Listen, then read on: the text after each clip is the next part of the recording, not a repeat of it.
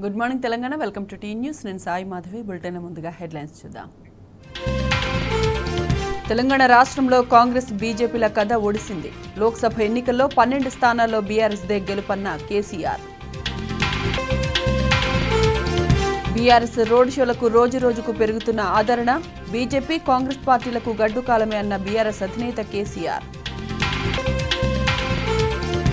రాష్ట్రంలో R tax వసూళ్లపై విచారణకు demand. వెంటనే చర్యలు తీసుకోవాలని కేంద్రాన్ని కోరిన కేటీఆర్, హరీష్ రావు. రాష్ట్రంలో రోజురోజుకు పెరుగుతున్న రైతుల కష్టాలు. రైతు బంధు నిధులు వెనక్కి వెళ్లడంపై ఆగ్రహం. పార్టీ ఫిరాయింపు కేసులో హైకోర్టు చర్యలు. కడియం శ్రీహరి, తెల్లం వెంకట్రావుకు నోటీసులు జారీ. రాష్ట్రంలో భగభగ మండిపోతున్న భానుడు. ఏప్రిల్ నెలలో 100 ఏళ్ల రికార్డులు దాటిన ఉష్ణోగ్రతలు.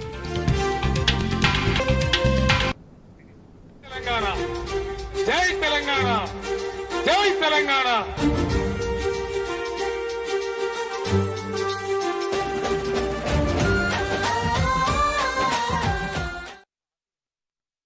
కాంగ్రెస్ బీజేపీ అవినీతికి కవలపిల్లలన్నారు బీఆర్ఎస్ అధినేత కేసీఆర్. రేవంత్ సర్కారు దోపిడీకి ప్రధానమంత్రి నరేంద్ర మోదీ ఒత్తేస్తే ఎందుకు సాక్ష్యమన్నారు. ఇవాళ రాష్ట్రంలో ప్రచారం నిర్వహించిన మోదీ కాంగ్రెస్ సర్కారు అవినీతికి అంతుపొంతు లేకుండా పోతుందని ఆరోపించారు. రేవంత్ సర్కారు ఆర్ ట్యాక్స్ పేరుతో వసూళ్ల దందాకు పాల్పడుతుందని మండిపడ్డారు. ఇదే విషయాన్ని నిలదీశారు బీఆర్ఎస్ అధినేత కేసీఆర్. రాష్ట్రంలో వసూళ్ల దందాకు పాల్పడుతున్న రేవంత్ సర్కార్పై మోదీ ప్రభుత్వం చర్యలెందుకు తీసుకుంటలేదని ప్రశ్నించారు. దేశంలోనే అత్యంత దుర్మార్గంగా ఆర్ ట్యాక్స్ వసూళ్ల పేరుతో కమిషన్ల దందా జరుగుతుంటే ఈడీ, ఐటీ విభాగాలు ఎందుకు రాలేదని కేసీఆర్ నిలదీశారు. ఈ వసూళ్ల దందాపై ఆరోపణలు వెల్లువెత్తుతున్నా విచారణకు ఎందుకు ఆదేశించలేదని మోదీని కేసీఆర్ కడిగి పారేశారు. బీజేపీ, కాంగ్రెస్ తోడు దొంగలు కాబట్టే ఆర్ ట్యాక్స్ దందాపై విచారణ చేయట్లేదని కేసీఆర్ నిప్పులు చెరిగారు. నరేంద్ర మోడీ మన తెలంగాణకు వచ్చిండు. అందులో ఒక సభలో మాట్లాడిండు. ఏం మాట్లాడతాడు ఆయన? రేవంత్ రెడ్డి ఈ రాష్ట్ర ముఖ్యమంత్రి ఆర్ ట్యాక్స్ వసూలు చేస్తా ఉన్నాడు అని నరేంద్ర మోడీ మాట్లాడుతూ ఉన్నాడు. అది నిజమే అయితే మీరిద్దరు మిలాఖత్ కాకపోతే మరి వెంటనే ముఖ్యమంత్రి మీద ఎంక్వైరీకి ఆదేశం చేయి, వెంటనే ఈడీని దించు, ఐటీని దించు, ఎక్కడెక్కడ దొంగతనం జరుగుతున్నదో పట్టుకో. అది చేత కాదు నరేంద్ర మోడీకి. మీదికి నాటకాలు ఆడతారు కానీ ఖచ్చితంగా ఇవాళ వాళ్ళిద్దరు ఒకటే. ఎవరికి ఓటేసినా అది గోదావరిలో వారేసినట్టు తప్ప మన రాష్ట్రానికి వచ్చే లాభం ఏమీ లేదు. తెలంగాణ వచ్చాక కొత్తగూడెం జిల్లాను ఏర్పాటు చేసుకున్నామని బీఆర్ఎస్ అధినేత కేసీఆర్ గుర్తు చేశారు. మారుమూల ప్రాంతాలకు పాలనను చేరవేశామన్నారు. కొత్తగూడెం జిల్లాను తీసేస్తానని రేవంత్ రెడ్డి చెప్తున్నాడని దుయ్యబట్టారు. కొత్తగూడెం జిల్లా ఉండాలా, తీసేయాలా అని ప్రజలను ప్రశ్నించారు. కొత్తగూడెం జిల్లా ఉండాలంటే ఎంపీ ఎన్నికల్లో బీఆర్ఎస్ను గెలిపించి కాంగ్రెస్కు సురుకు పెట్టారని కోరారు. ఈ మేరకు కొత్తగూడెంలో నిర్వహించిన రోడ్ షోలో బీఆర్ఎస్ అధినేత కేసీఆర్ పాల్గొన్నారు. జిల్లాను ఏర్పాటు చేసుకున్నాం. ఈ జిల్లా మారుమూల ప్రాంతాలకు పరిపాలన చేరువ కావాలని, గిరిజన బిడ్డలందరికీ న్యాయం జరగాలని, పరిపాలన అందాలని మనం కొత్తగూడెం జిల్లా ఏర్పాటు చేసుకున్నాం. కొత్తగూడెంలో మెడికల్ కాలేజీ పెట్టుకున్నాం, ఇంజనీరింగ్ కాలేజీ పెట్టుకున్నాం, పట్టణాన్ని కూడా బ్రహ్మాండంగా తీర్చిదిద్దుకున్నాం. మీ అందరికీ చరిత్ర తెలుసు. చాలా దూరంలో ఉండే చెర్ల, వాజేడు, దుమ్ముగూడెం మండలాలు ఖమ్మం పోవాలంటే చాలా ఇబ్బందిగా ఉండేది. కావాలనే మనం ఇక్కడ జిల్లా ఏర్పాటు చేసుకున్నాం. ఈరోజు ఈ రాష్ట్రాన్ని పరిపాలిస్తున్నటువంటి పార్టీ ముఖ్యమంత్రి రేవంత్ రెడ్డి చాలా క్లియర్గా చెప్తా ఉన్నాడు. కొత్తగూడెం జిల్లా తీసేస్తా అని చెప్తా ఉన్నాడు. కొత్తగూడెం జిల్లా ఉండానా, తీసేయన్నా? కొత్తగూడెం జిల్లా ఉండానా, తీసేయన్నా? వినబడతలేదు, గట్టిగా చెప్పాలి. కొత్తగూడెం జిల్లా ఉండానా? కొత్తగూడెం జిల్లా ఉండాలి. మీ అందరికీ లాభం జరగాలంటే ఖచ్చితంగా ఈ పార్లమెంట్ ఎలక్షన్లో నామా నాగేశ్వరరావు గారి వాళ్ళే అక్కడ కవిత గెలవాలి. సింగరేణి బిడ్డలకు అనేక ప్రయోజనాలు చేశామన్నారు కేసీఆర్. తెలంగాణ స్పెషల్ ఇంక్రిమెంట్లు, బోనస్లు ఇచ్చామన్నారు. ఈ ప్రభుత్వం సింగరేణిని ముంచే ప్రయత్నం చేస్తుందని మండిపడ్డారు. మోదీ బడేభాయ్, రేవంత్ చోటాభాయ్ అని మరోసారి ధ్వజమెత్తారు. అదానీ తెచ్చే బొగ్గును దిగుమతి చేసుకోవాలని మోదీ ఒత్తిడి తెచ్చినా ఒప్పుకోలేదని గుర్తు చేశారు. కేంద్రం కబంధ హస్తాల్లోంచి సింగరేణిని కాపాడుకున్నామని కేసీఆర్ స్పష్టం చేశారు. బిడ్డలకు కూడా బీఆర్ఎస్ హయాంలో ఎటువంటి లాభాలు చేసినామో, ఏమేమి సాయం జరిగిందో మీ అందరికీ తెలుసు. తెలంగాణ స్పెషల్ ఇంక్రిమెంట్ ఇచ్చినాం, బోనస్ ఇచ్చినాం, చరిత్రలో ఎప్పుడు లేనంత పెంచినాం. ఇప్పుడు ఈ ప్రభుత్వం సింగరేణిని కూడా ముంచే కార్యక్రమంలో ఉంది. ఎందుకంటే మీ అందరికీ తెలుసు, ఈనాడున్న ముఖ్యమంత్రి చోటేబాయ్, నరేంద్ర మోడీ బడేబాయ్.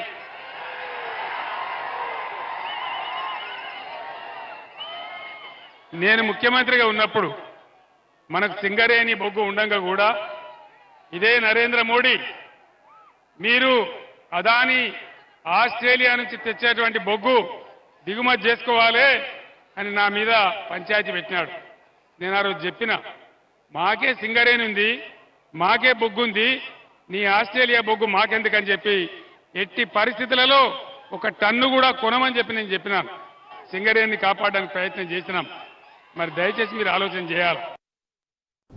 ఖమ్మం, కొత్తగూడెం జిల్లాలో బీఆర్ఎస్ అధినేత కేసీఆర్ బస్సు యాత్రకు ప్రజలు బ్రహ్మరథం పట్టారు. జై తెలంగాణ, జై కేసీఆర్ నినాదాలతో హోరెత్తించారు. బస్సు యాత్రకు భారీగా ప్రజలు, బీఆర్ఎస్ శ్రేణులు కదిలిరాగా ఖమ్మం, కొత్తగూడెం గులాబీమయంగా మారింది.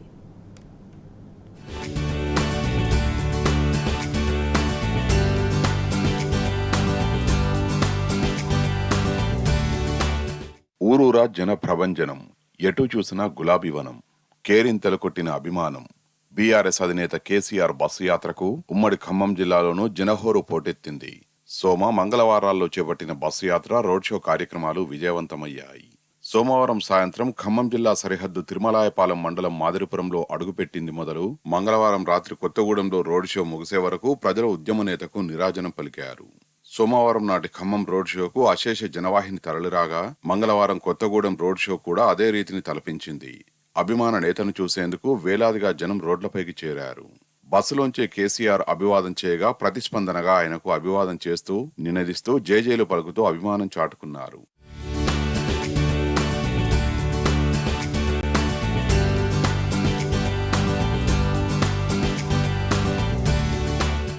ఖమ్మంలో మాజీ మంత్రి అజయ్ కుమార్ నివాసంలో బస చేసిన కేసీఆర్ పార్టీ నేతలు, కార్యకర్తలతో ఉత్సాహంగా గడిపారు.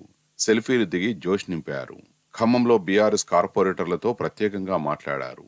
రాజ్యసభ సభ్యుడు బండి పార్థసారథిరెడ్డి, సత్తుపల్లి మాజీ ఎమ్మెల్యే సండ్ర వెంకటవీరయ్య, కొత్తగూడెం మాజీ ఎమ్మెల్యే వనమా వెంకటేశ్వరరావు కేసీఆర్తో భేటీ అయ్యారు.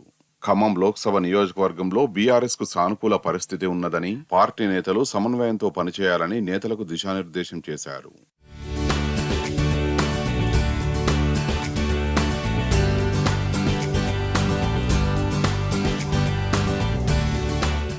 భద్రాద్రి రోడ్ షోకు బస్సు యాత్ర ద్వారా బయలుదేరిన కేసీఆర్ కు ఖమ్మం శ్రీశ్రీ సర్కిల్ నుంచి కొత్తగూడెం వరకు అపూర్వ స్వాగతం లభించింది.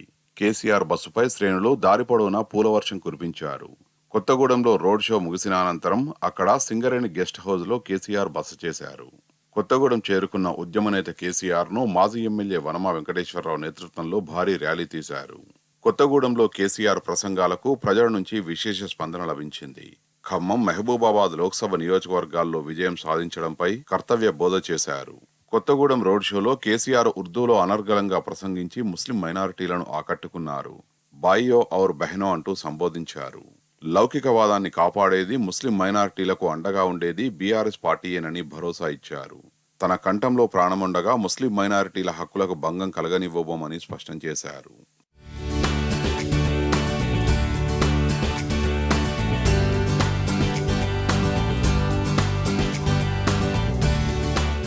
ఖమ్మం జిల్లా కేంద్రం నుంచి కొత్తగూడెం దాకా బీఆర్ఎస్ అధినేత కేసీఆర్ నిర్వహించిన బస్సు యాత్రకు అడుగడుగునా జనం పోటెత్తారు. ఖమ్మం అభ్యర్థి నామా నాగేశ్వరరావు గెలుపు కోసం ఖమ్మం, కొత్తగూడెంలో 2 చోట్ల రోడ్ షోల్లో వేలాది మందిని ఉద్దేశించి ప్రసంగించారు. రాష్ట్రం నుంచి ఢిల్లీకి ఆర్ఆర్ ట్యాక్స్ వెళ్తుందని చెప్తున్న ప్రధాని మోదీ, సీఎం రేవంత్ రెడ్డిపై ఈడీ విచారణ ఎందుకు చేయరని 2 చోట్ల కేసీఆర్ ప్రశ్నించారు. అన్నారుగూడెం గ్రామంలో అంతా యువకులే, ఎవ్వరి మెడలో కండువా లేదు, నెత్తిన ఏ పార్టీ టోపీ లేదు. కేసీఆర్ కనిపించగానే జై కేసీఆర్ అని నినదిస్తూ పరుగులు పెట్టారు.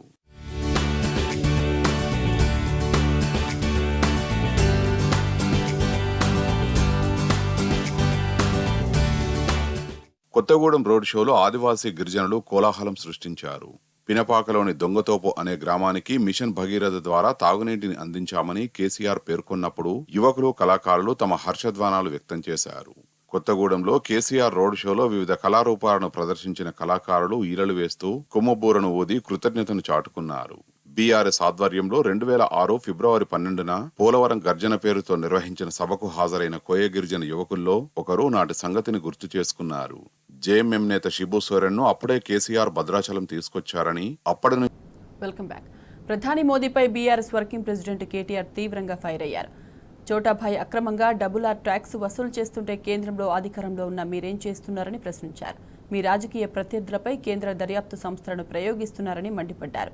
మరి చోటాభాయ్ నిర్వాకాన్ని మాత్రం ఎందుకు క్షమిస్తున్నారని నిలదీశారు. ఇవాళ చోటాభాయ్ అక్రమాలను, డబుల్ ట్యాక్స్ వసూళ్లను చూసి చూడనట్లు వదిలేస్తే రేపు డబుల్ ఇంజన్ సర్కారు ఏర్పాటుకు మీరు సహకరిస్తారా అంటూ మోదీని ప్రశ్నించారు. తెలంగాణ వరప్రధాయిని కాళేశ్వరం ప్రాజెక్టుపై కూడా బడేభాయ్, చోటాభాయ్లది ఒకే మాట, ఒకే బాట అని అన్నారు.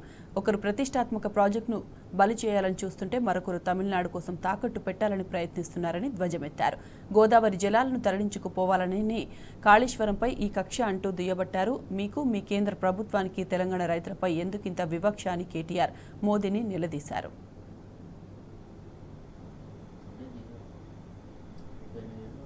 పార్లమెంటు ఎన్నికల వేళ తెలంగాణకు వచ్చిన మోదీ మరి అదే పార్లమెంట్లో ఇచ్చిన హామీలకు ఎందుకు పాతరేశారని కేటీఆర్ దుయ్యబట్టారు. 10 ఏళ్లు గడిచినా తెలంగాణ విభజన హక్కులను ఎందుకు కాలరాశారని ఫైర్ అయ్యారు. అత్యున్నత చట్టసభల్లో ఇచ్చిన హామీలకే దిక్కు లేకపోతే బహిరంగ సభల్లో బీజేపీ వాగ్దానాలను ప్రజలెలా విశ్వసిస్తారని కేటీఆర్ ప్రశ్నించారు. కొట్లాడి తెచ్చుకున్న తెలంగాణను దెబ్బతీసే ఈ ఫెవికాల్ బంధంపై యుద్ధానికి తెలంగాణ సమాజం సిద్ధంగా ఉందని తేల్చి చెప్పారు. అచ్చే దిన్ సబ్కా సాత్ సబ్కా విశ్వాస్ అంటూ మోదీ ఇచ్చిన నినాదాలు ఎందుకు విధానాలుగా మారలేదో చెప్పాలన్నారు. 10 ఏళ్ల బీజేపీ పాలన తర్వాత కూడా ఉచిత రేషన్ పథకం కింద దేశంలో 80 కోట్ల మంది పేదలు ఎందుకు ఉన్నారో వివరించాలన్నారు కేటీఆర్.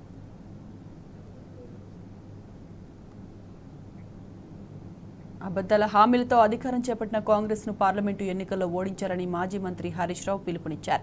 దౌలతాబాద్ మండలంలో మెదక్ బీఆర్ఎస్ అభ్యర్థి వెంకట్రామరెడ్డికి మద్దతుగా నిర్వహించిన రోడ్ షోలో హరీష్ రావు మాట్లాడారు. 6 గ్యారంటీలను అమలు చేయడంలో కాంగ్రెస్ సర్కారు విఫలమైందని విమర్శించారు. గల్లీ ప్రజల గొంతును ఢిల్లీలో వినిపించాలంటే పార్లమెంటు ఎన్నికల్లో బీఆర్ఎస్ పార్టీని అత్యధిక సీట్లలో గెలిపించాలని కోరారు. అనుక్షణం తెలంగాణ ప్రజల కోసం పోరాడేది కేసీఆర్ మాత్రమేనని హరీష్ రావు స్పష్టం చేశారు. ఇలా ప్రజలందరూ మళ్ళా కేసీఆర్ సార్ను నిలబెట్టుకోవాలి, కారుకు ఓటేయాలి, మన వెంకట్రామరెడ్డిని గెలిపియాలని మీరు నిర్ణయం తీసుకున్నారని అర్థమవుతా ఉంది.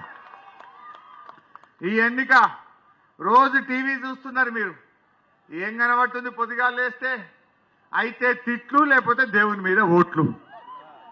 ఏం చెప్తుండు రేవంత్ రెడ్డి? ఒక్కటన్నా పనికొచ్చిన మాట చెప్తున్నాడు. యాడికి పోతాడో మళ్ళీ దేవుళ్ళ మీద ఓట్లు మోపు చేస్తున్నాడు. అప్పుడేమో బాండ్ పేపర్ల మీద రాసిచ్చిర్రు, ఇక మేము రాగానే మొదటి సంతకం పెడతాం, 100 రోజుల్లో ఇస్తాం, ఇక మాది మాట అంటే మాటే, మీకు బాండ్ పేపర్ మీద రాసిస్తున్నామని నమ్మించిండ్రు. ఇప్పుడేమో దేవుళ్ళ మీద ఒట్టు పెట్టి మళ్ళా మోసం చేయాలని చూస్తున్నారు. అప్పుడేమో ప్రామిసరీ నోట్లు, ఇప్పుడేమో గాడ్ ప్రామిస్లు. అంతేనా? అప్పుడేమో ప్రామిసరీ నోట్లు రాసిచ్చిర్రు, ఇప్పుడు మళ్ళా ఓట్ల కోసం గాడ్ ప్రామిస్ అంటున్నారు కాంగ్రెస్ వాళ్ళు. ఈ అబద్ధాల కాంగ్రెస్ ను మనం బుద్ధి చెప్పాల్సిన అవసరం ఉంది. 6 గ్యారంటీలు అన్నారు. 6 గ్యారంటీల్లో ఒక్కటన్నా నిజాయితీగా అమలు చేసిండ్రా? నేను అడుగుతున్న అక్క చెల్లెలను, 6 గ్యారంటీల్లో మొదటి హామీ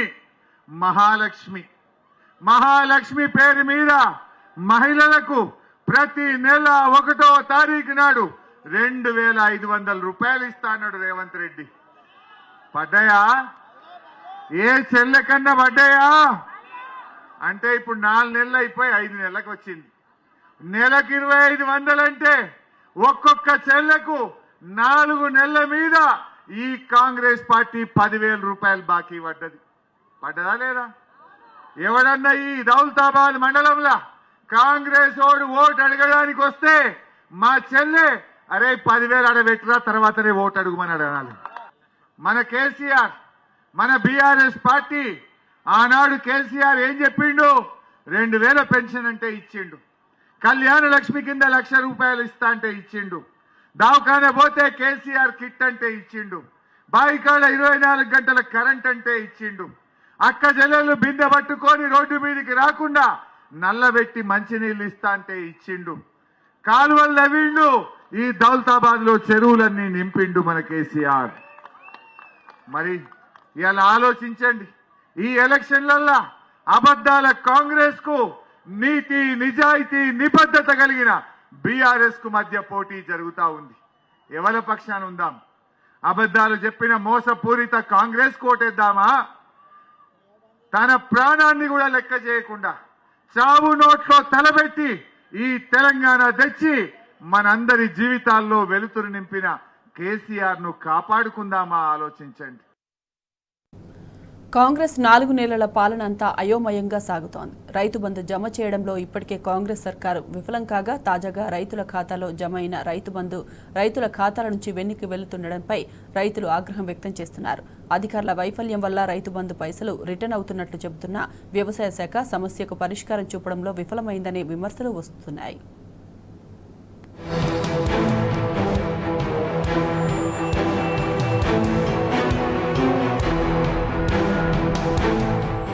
యాసంగి రైతు బంధు పంపిణీలో చిత్ర విచిత్రాలు చోటు చేసుకుంటున్నాయి.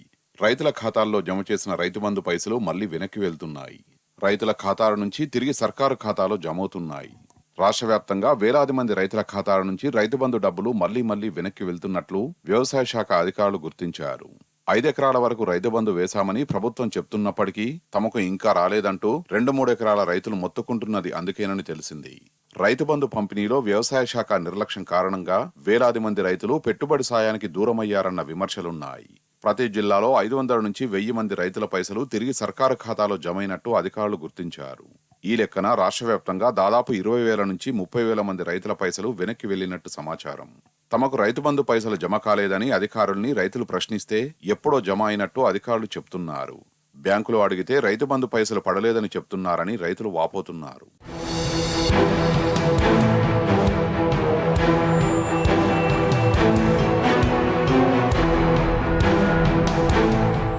వ్యవసాయ శాఖ నిర్లక్ష్యం రైతులకు శాపంగా మారింది. జమ చేసిన రైతు బంధు పైసలు వెనక్కి రావడానికి బ్యాంకు ఖాతాల సమాచారం కేవైసీ చేయించకపోవడం, రుణమాఫీ కాకపోవడం, రైతులు తమ ఖాతాల్ని మూసివేయడం, ఐఎఫ్ఎస్సి కోడ్ మారడం వంటి కారణాలతో సమస్య ఏర్పడినట్టు అధికారులు గుర్తించినట్టు తెలిసింది. రైతు బంధు జమ చేయడానికి ముందే ఈ సమస్యల్ని గుర్తించి ఉంటే ఇప్పుడు ఈ గందరగోళం ఏర్పడి ఉండేది కాదన్న విమర్శలు వ్యక్తమవుతున్నాయి. మార్చి 20వ తేదీ నాటికి 64.75 లక్షల మంది రైతులకు రైతు బంధు జమ చేసినట్టు ప్రభుత్వం ప్రకటించింది. ఈ క్రమంలో సమస్యలున్న రైతు బ్యాంకు ఖాతాల్లోనూ డబ్బులు జమయ్యాయి. సమస్య ఏర్పడి నెల రోజులు దాటినా సమస్యను పరిష్కరించకపోవడంపై విమర్శలు వ్యక్తమవుతున్నాయి.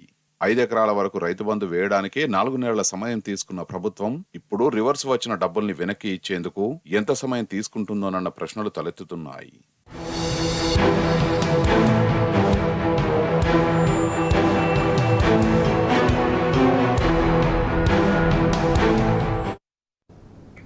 బీఆర్ఎస్ పార్టీ ఎమ్మెల్యేలుగా గెలుపొంది కాంగ్రెస్లో చేరిన కడియం శ్రీహరి, తెల్లం వెంకట్రావులకు హైకోర్టు నోటీసులు జారీ చేసింది. నిబంధనలకు విరుద్ధంగా పార్టీ ఫిరాయించిన వారు ఎమ్మెల్యేలుగా అనర్హులని, వారిపై వేటు వేయాలని Quthbullapur BRS MLA KP Vivekananda దాఖలు చేసిన పిటిషన్పై మంగళవారం హైకోర్టు విచారణ చేపట్టింది. కడియం, తెల్లంతో పాటు ఇతర ప్రతివాదులైన రాష్ట్ర ప్రభుత్వ ప్రధాన కార్యదర్శి, న్యాయ, శాసనసభ కార్యదర్శి, కేంద్ర ఎన్నికల సంఘాలకు కూడా నోటీసులు జారీ చేసింది. కౌంటర్ దాఖలు చేయరని వారిని ఆదేశించింది. తదుపరి విచారణను జూన్ 5వ తేదీకి వాయిదా వేసింది. ఈ మేరకు జస్టిస్ బి విజయసేన్ రెడ్డి మంగళవారం ఉత్తర్వులు జారీ చేశారు. ఇప్పటికే ఖైరతాబాద్ బీఆర్ఎస్ ఎమ్మెల్యే దానం నాగేందర్ కాంగ్రెస్లో చేరడాన్ని సవాల్ చేసిన మరో కేసులోనూ హైకోర్టు నోటీసులు జారీ చేసింది.